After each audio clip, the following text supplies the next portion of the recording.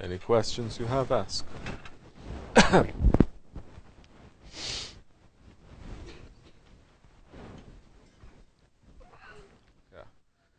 Those who are sleeping, wake up. Those at home, you are sleeping. What can I say? Continue sleeping. I'll tell you to wake up.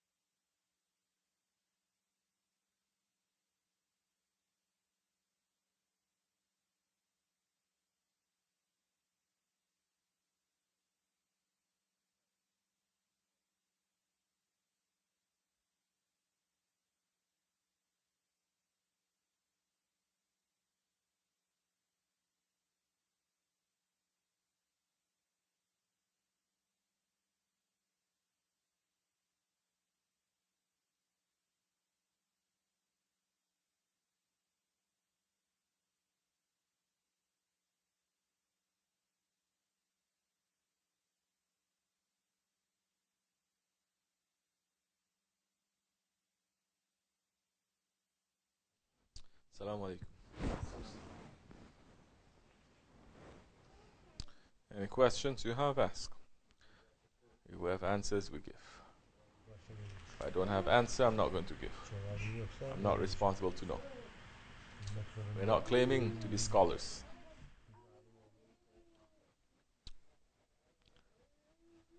Say. Bismillah ar-Rahman ar-Rahim. Is it possible to find out your purpose or secret without physically being in the presence of your Shaykh? Bismillah ar-Rahman ar-Rahim.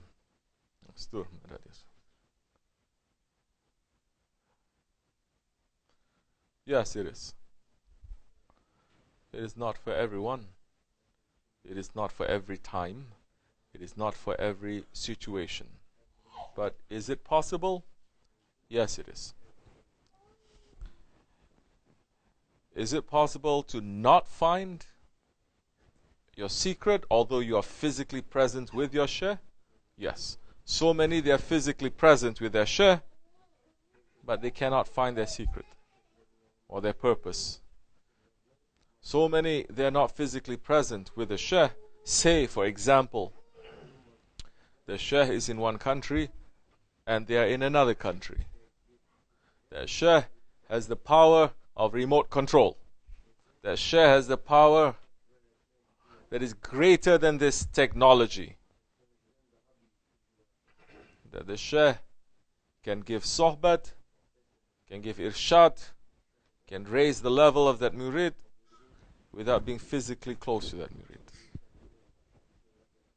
The Shaykh has that power, not just to one murid,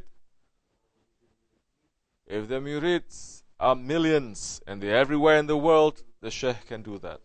That is the power of the Sultan al-Awliya.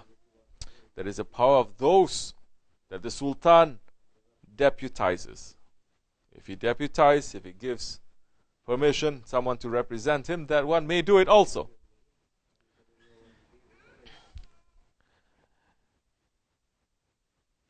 That murid must have submission to the Shaykh. Then that way, he will find his murad. He will find his purpose. The Shaykh may just be dealing with him directly, or the Shaykh may assign different wakils to represent him. Physically, he is not reaching to that one, but he may have wakils like Shaykh Efendi. He has so many wakils in the world that he may send to say, this one represents me.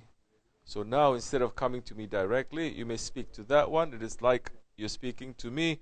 There are certain things that I will give to that one to speak to you about, to try to help you. That may happen too. That does happen. If the Shaykh is not, there is no wakil between the Shaykh physically and that one, then that way is what we call an Uwaisi way. Or if the Shaykh is veiled from this world, then it becomes an Uwaisi connection, which is part of our tariqat. Uwaisi connection being the connection coming from Uwais al-Qarani, who was not there physically with the Prophet ﷺ, has never met the Prophet ﷺ physically, but he has completely disappeared into the oceans of the reality of the Prophet ﷺ, in a way that even made Hazrati Ali and Hazrati Umar to be completely amazed. So that happens also. In Shaykh and his Jamaat, there are certain protocols that are very strict. Because now, the problem with the Uwaisi way is so many people make claim. And they make claims and they start going off. In this way, if you have a Uwaisi connection, you must have a wakil that is on top of you to guide you. Otherwise, everyone is going to have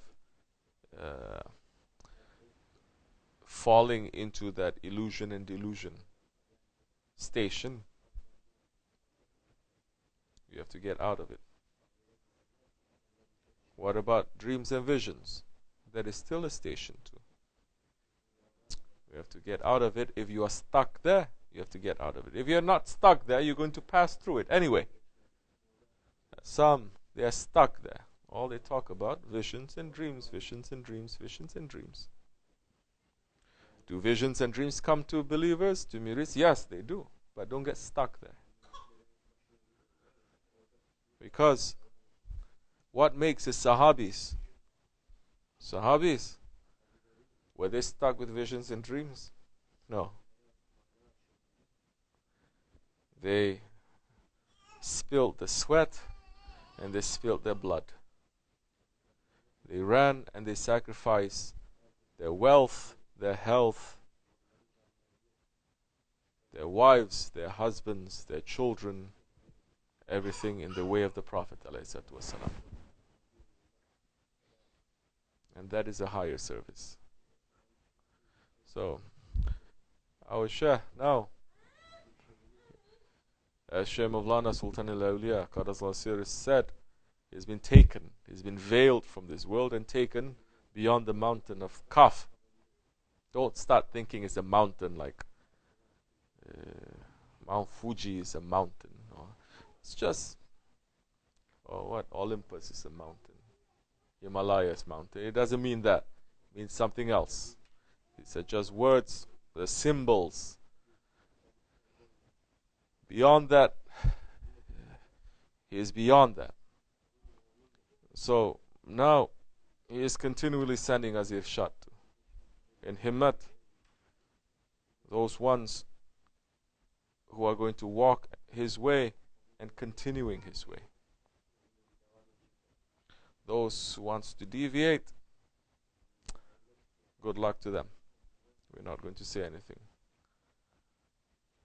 But those ones who are going to continue his way and his work, which is open, at that time, yes, we will have an oasis connection to him. May Allah forgive us and keep us under his feet. Assalamu alaikum. Okay. Give the tea.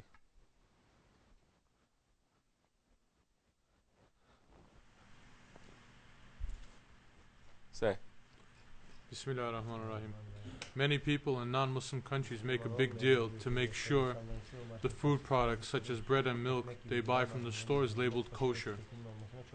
Can these kosher products really be considered halal? And is this a situation where eating something that is kosher is better than something that is non-kosher? Bismillah ar-Rahman ar-Rahim. Holy Prophet ﷺ said, you can eat with the Jews and you may sleep in a Christian's house. There's so many secrets to that. We're not going to enter that too much now.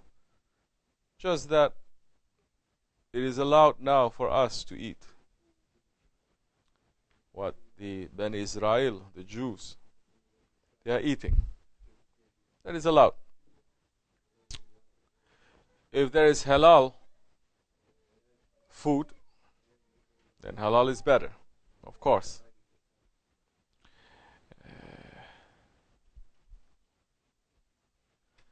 If you say, now I would rather eat something that is kosher than something that is non-kosher, I'm saying you are free to eat whatever you want to eat. I cannot force you. But at the same time, be very careful, because in these days everything is hazy, everything is confused, and everything is mixed up. Don't get too excited just because you see something kosher or something halal for that matter, or even something organic, to say, oh, this is really 100% good and I must chase after it. Because so many times there's so many loopholes to everything, isn't it? They say free range. According to the law, free range means, for example, the chicken can come out within a certain square area, say 2 by 3 square foot. I'm exaggerating, but I'm delivering a point. For say 2 hours a day, if he comes out walking around in that area for 2 hours a day, that's considered free range. In that terminology, it's considered free range. Something is like this considered organic. But in mine, free range means, oh, chicken means they free whole day, going everywhere. Like our chickens here, right? Free, going to the barn, going to the road. It shouldn't be in the road. Yeah, really, going to the house when we're having dinner outside, coming to pack. There's free range. Our chickens, they're very happy. We think that's what free range, but according to the industry, free range means something else. But they're not going to go out to tell people, hey, free range means they get locked up for 22 hours, only 2 hours they get free sunlight. They're not going to say that, of course. Same thing with organic, same thing with halal, same thing with kosher. So don't get too excited about such things. Because now we have to be very careful too. There are certain things in kosher, it is not halal. According to halal, the certain principles of halal, now the food that we eat, it cannot have any pork in it, isn't it? Is there any loophole with that? It cannot have anything from the pig isn't it? But according to kosher, it's something else. There may be so many different laws because there's so many different kushrite laws also. Ultra-Orthodox is something else, Orthodox is something else, kosher, there's so many. You know, like the industry. Free range means something else, organic means something else, natural means something else, halal means something else. But according to the kushrite laws, even something, because Jews, they don't eat pigs, correct? That is open. They don't eat pork. Good. But according to their law, if a certain pork product, for example, oil, lard, goes through a certain temperature, chemically something happens, they say, and it makes that lard now to become kosher. It is still lard, but it becomes kosher. And there's so many imams also agreeing to this, jumping on, say, yeah, that's right, because it goes this and it becomes. So we have to be very careful with that. Am I recommending that you eat kosher instead of non-kosher food? I'm not recommending you anything. I'm saying be smart. If you think that product there is what it says it is, and it is good for you, eat it. If you think that product there is hiding something from you, and is not good for you, there is a doubt, stay away from it. Because now, so many Muslim butchers also, they're saying it is halal. But halal doesn't mean now just to take a knife and to run through the animal and to say, Bismillahi Allahu Akbar. That is not halal. That's not the beginning or the end of the halal. Like we've said so many times, even during the Qurban, Zabiha, for Qurban, for the sacrifice of the Eid, so many butchers, they don't even have wudu. And they're making the Qurban, they have cigarette in their mouth, blood is everywhere. Animal, they cut with a very blunt knife, is not fully finished cutting, blood not coming out. They snap the neck, isn't it? That is not halal. So now there's so many other laws now attached to that. Come to the OSMANLI DERGAH, we eat halal, alhamdulillah. But for you to get fully this benefit, you also have to change your lifestyle a little bit. So, do I recommend that you eat kosher? I recommend that you eat clean. In the event that you cannot eat something clean, because kosher is also very expensive, by the way. It costs, I think, 4 times more. You have to know that. Even I have some Jewish friends, sometimes, years ago, they're saying, yeah, it's very hard on our pocket to. Yeah. Yeah. So, I recommend that you eat clean. Make sure that the animal there, or the produce there, it is beneficial for you. In the situation where you cannot find it, or where you are tight for choice, very important for you to make a prayer. Say, Ya Rabbi, this is as much as I can do. Forgive me and make this what I'm eating to benefit me physically and spiritually. Because here we're not only looking at something that is physically beneficial to you. Food has an impact on your spirit. What if, for example, you're saying you're eating something halal, but the animal has been raised in the completely forbidden way. The animal is abused, the animal is overfed, the animal is treated very badly, which is so many commercial animals now, treated that way. Now, you cut the animal in the condition where it is going through a conveyor belt. I've seen also in some so-called Muslim countries, it's going through the conveyor belt, the chickens, and there is a knife there, and a recording that says, Bismillah Allahu Akbar, Bismillah Allahu Akbar. And the animal is just going like this. And some of them didn't even cut. And immediately they're thrown into the scalding hot water to be plucked alive. But it's halal. Stamped halal there. Now, you will eat it, but the animal has rights too. The animal is going to ask for its rights. The animal is created for us to eat that animal, for instance. But is not created for us to treat it cruelly. And will ask for its rights on the day of judgment. That time when you eat that animal, you think is not going to have any effect on your spirit? Yes, it does. You're not going to become better. You're going to become worse. You're going to have a love for cruelty. You're going to have a love for dunya. Because the food also comes with it certain things. Isn't it? That's why certain products that we are not recommending people to eat too. Or to drink. Because there are certain things that are there. Maybe people with bad intentions, they made it and they put a prayer there. So, oh, coincidence. There's nothing coincidental. There's no such thing as coincidence in Islam. So maybe there are prayers being said over the food, intentionally or unintentionally. Here we're talking about intentions coming from the heart, whether you're doing it consciously or not. Then that goes into the food and you eat it, and now it starts changing your spirit. You become more cruel.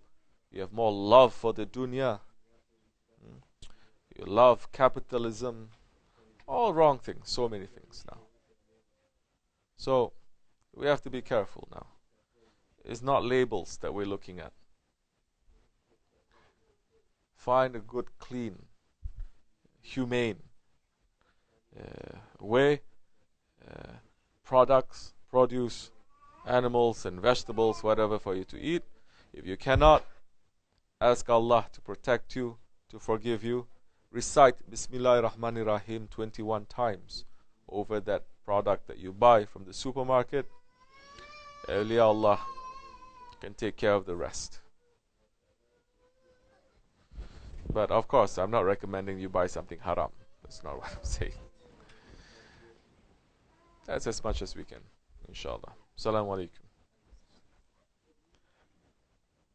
Okay. Say. Bismillahirrahmanirrahim. I'd like to know what I can say to the enemies of Islam about Hazrat Aisha and her marriage to the Prophet Muhammad sallallahu alaihi wasallam. They bring up the fact that the Prophet ﷺ was a lot older than Aisha radiallahu anha. How do I explain their age gap? There's nothing to explain about the age gap. There was an age gap. Are we going to apologize for it? No, we're not. Why do we have to apologize for it? If the Prophet ﷺ, because their intention now is to show that the Prophet, astaghfirullah, hasha, astaghfirullah, is a pervert, isn't it? He likes little girls. That is the intention. Wrong intention. Don't even discuss with garbage people like that. Don't. Why should you? But if people are really sincerely wanting to know, that is something else. If the Prophet ﷺ, his concern was that, his desire was that, the whole of Arabia belonged to him there. Why only one? Hazrat Aisha, that he married at that young age. He could have married 10, 20, 30 at that young age, kept jariyas. But you look at all his wives, that's another issue. He has so many wives. Oh, he put a limit to Muslim men to marry 4, but he has 13. His exception, they're saying, because now people are dirty-minded, garbage-mind people. They're not understanding how the Prophet ﷺ, his marriage was a command from Allah subhanahu wa ta'ala. Number one. Number two, majority of the women that he married, starting from Hazrati Hatijah, majority of them, they were old. They have been married before. Either they are widows, okay, or he is marrying them to take care of them. If it's for pleasure that he's marrying, you would have seen not one Hazrati Aisha, you'd have seen 10 or 20 or 30 of them. He's keeping like that. Which, if you ask them, look to your own Bible, how many wives Dawood alayhi salam had, King David? How many wives Solomon had? How many wives that the earlier prophets they had? So many. Hundreds. We're not saying anything. We're saying those are prophets, we cannot touch them. Whatever Allah allows them to have, there is a reason for that. You see, Muslims have respect for your prophets. Non-Muslims, they have nothing but insult. Not everyone. They have nothing but wrong things to say about our Prophet ﷺ.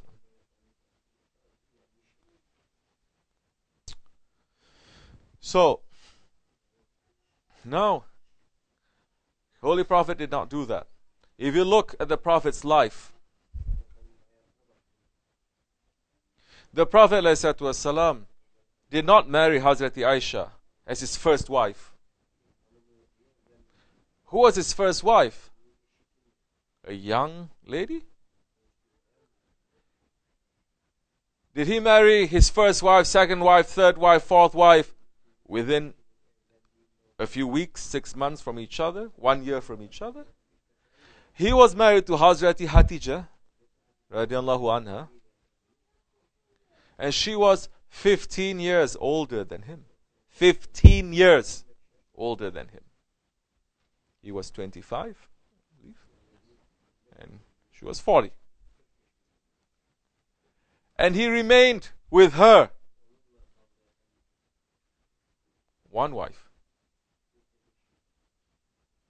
Until she passed away. On the 10th year of prophethood. A few years before the emigration to Medina. So we're talking decades he was with her. Because now when he got married at 25, the prophethood was revealed when he was 40. So 15 years, another 10 years, 25 years. 25 years. He was married to her. One, not two, not three, not five, one. So now, you see, when people are sincere, they will understand, or they will try to understand the context, the situation. When people have garbage intentions, they will not take into consideration the context, the situation, the surrounding facts of that particular situation. They will not. They say it doesn't have anything to do with anything. It has. So many of his other wives, they were old. He had to take care of them.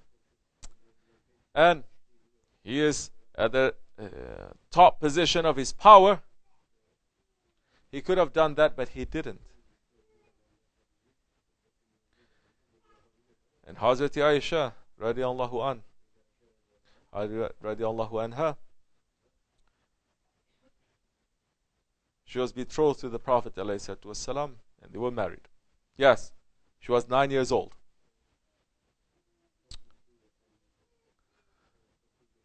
The physical situation of a woman, of a girl, at that time, 1400 years ago, is completely different from now. At that time, it was considered a woman. And he did not go and take a little girl from the enemies. Hazrati Aisha was the daughter of his best friend, Hazrati Abu Bakr Siddiq.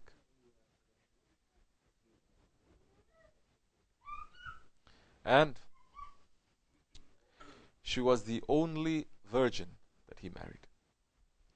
The only virgin. Out of 13 wives, the only virgin where he could have had the whole of the women. One. He was offered women. Before he emigrated to Medina, he was offered women. By who? By the mushriks, by the unbelievers. They say, stop your preaching. Stop declaring, stop saying, stop making people to say, Ashhadu an la ilaha illallah wa ashhadu anna Muhammadan abduhu wa rasuluh. Stop them, and we will give.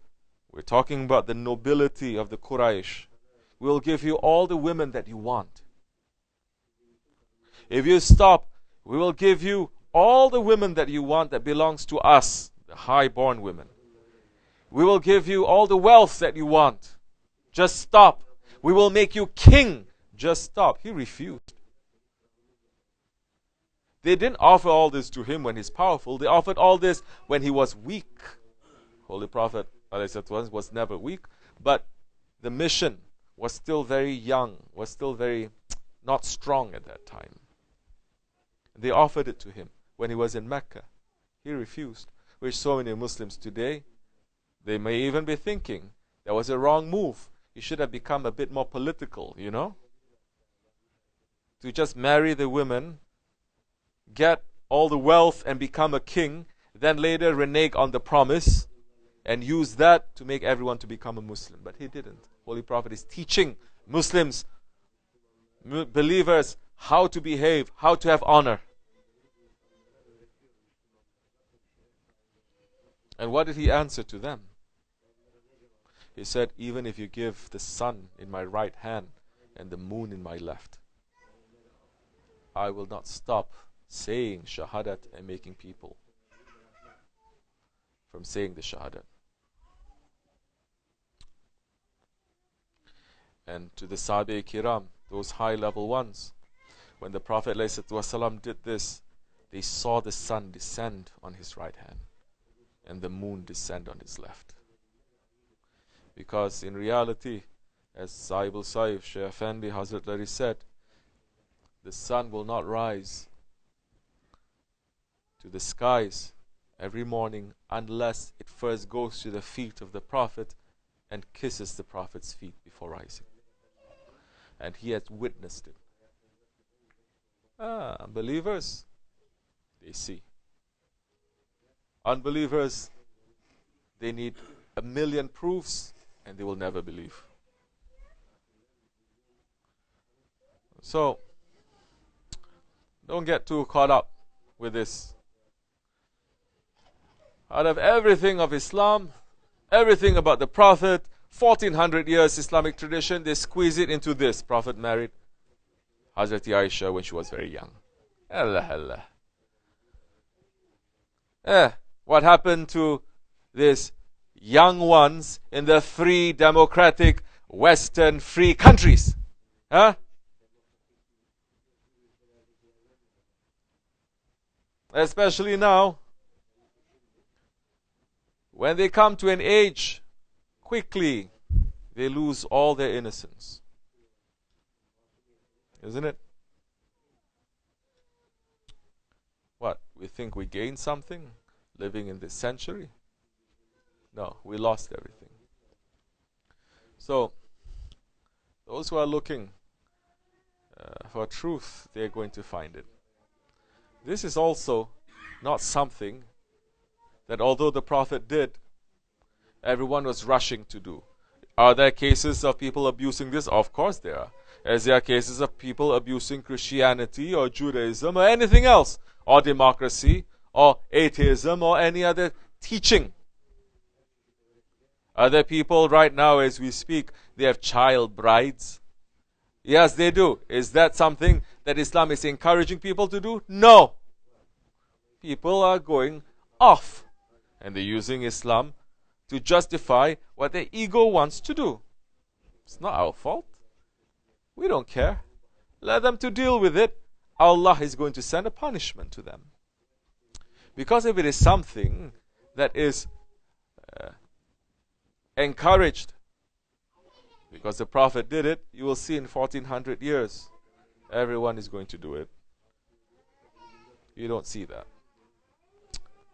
Very rare. And in these days, in only these remote parts where people, they haven't really come out from their animal understanding of themselves, but they say shahadat and they pray and they're doing certain things, that doesn't mean it's coming from Islam or from the teachings of the Prophet. If it was something that the Prophet encouraged, you'll see first every Sahabi do that. Did they do that? You'll see the Tabi'ins do that, or the Tabi'ins. You'll see in 1400 years, everyone rushing, the men rushing to get young girls to marry. Because Muslims have intelligence. They say that is exception. So, you need intelligence to understand spirituality, definitely. Assalamu alaikum wa rahmatullah. Yeah, say.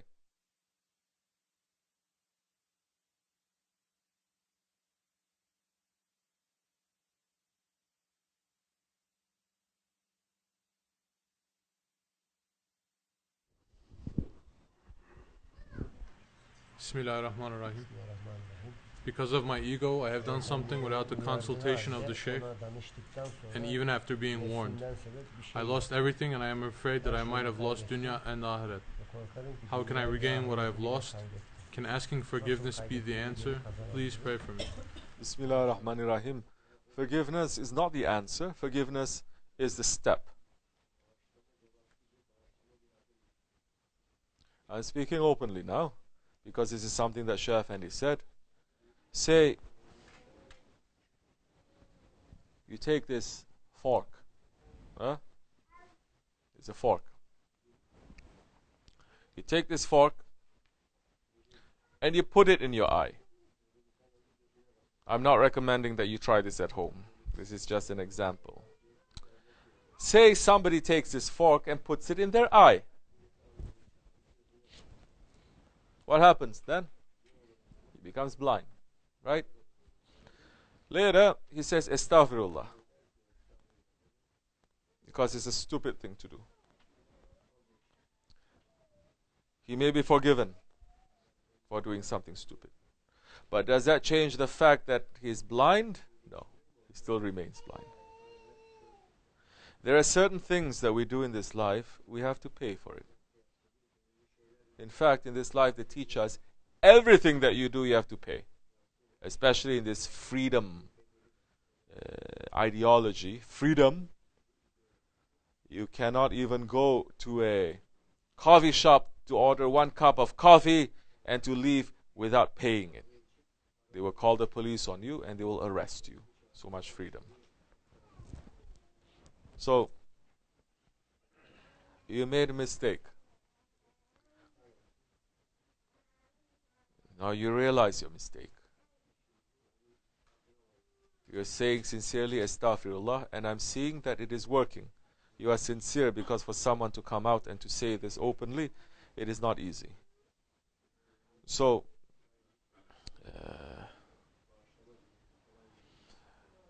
I'm praying for you, inshallah Rahman, that you will learn from this and you will not repeat that mistake, and you will come out from that mess to become a better person. It all depends on your sincerity. And maybe whatever is taken away from you, it is good. Maybe something better is going to come. You don't know that. On the sincerity, depending on the sincerity that you do, that you have, Allah may even take the wrong things that you have done, forgive them, to change them to become good actions, and to reward you for it. That depends on your sincerity.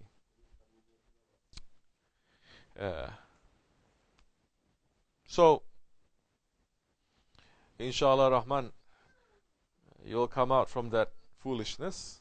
All of us will come out from that foolishness. And if we have a Shaykh to consult, then that time we will learn, inshallah. Assalamu alaikum wa rahmatullah. Alright. Ashka.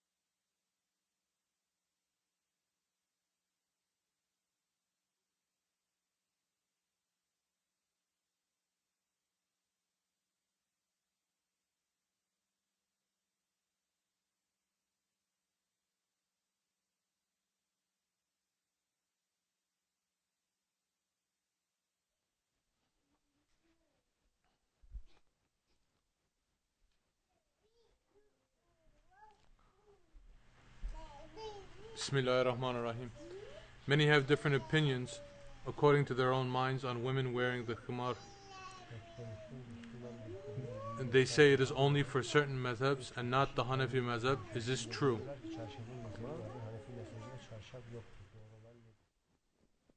Yeah.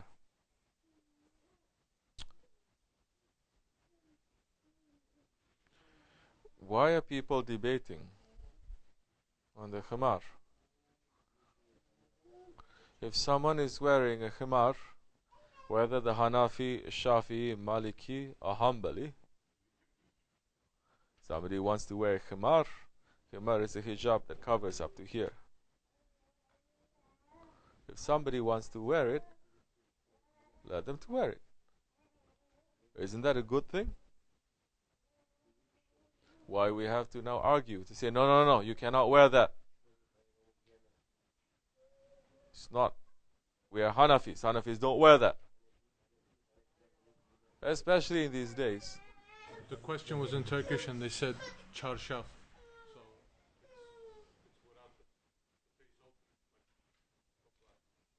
Then you're going to put charshaf. Don't put khimar, khiyar. I knew there was something wrong there. So now, charshaf is different, khimar is different. But the point is the same. If a woman, a believer woman, she wears a hijab, and she ties up the hijab exposing the neck, and then later she says, I want to wear something that covers the neck. Later she says, I want to wear something that covers the neck up to here. Later she says, I want to cover it all here. Later she says, I want to wear a charshaf, I want to wear a niqab. If she wants to put it on, especially in these days of the Akhir Zaman,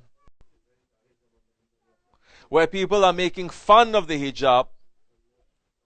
Hijab is a Islamic fashion, not even Islamic fashion, just a fashion. They wear tight clothes, they wear high heels, they wear loud colors, they show everything that the woman has, and they put a piece of cloth there to cover their hair, and they call that hijab. For a woman who wants to wear a charshaf, why we have to sit and argue whether it is allowed in this mazhab or that mazhab? You're losing your head. If a woman wants to wear that, we say, very good, wear it. This is when it becomes like Wahhabi kind. In the way of Ahl Sunnah, you become Wahhabi. In the way of Tariqat, you become Wahhabi. You say, no, you cannot wear that, you must wear that. We're not insisting, we're not pushing for women that are wearing the hijab to say, you have to wear the charshaf, or you have to wear the khimar, or you have to wear the niqab. We're not saying that, but if a woman wants to wear it with good intentions, not for showing off, the whole idea of hijab is modesty, to be veiled from the world, not to wear a hijab or a charshaf or a niqab and to go out to the world. to go acting and playing and going everywhere where people with no hijab, they are going, you're going to show them, look, I'm still a woman, I can do everything. This hijab is not going to stop me from doing anything. That is wrong. Hijab is not supposed to make you to do that. So, that's okay. If you have a good intention, you want to wear it, it is allowed. You're asking me. So, in our opinion, it is okay. Because now, what we don't like for people to do, to use the hijab, wrong.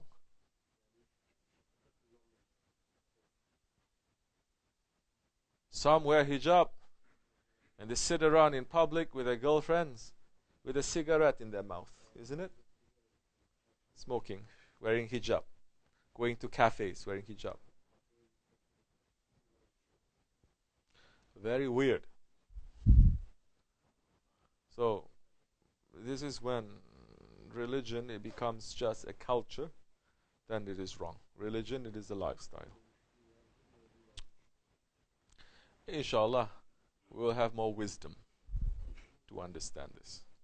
Assalamu alaikum wa rahmatullah.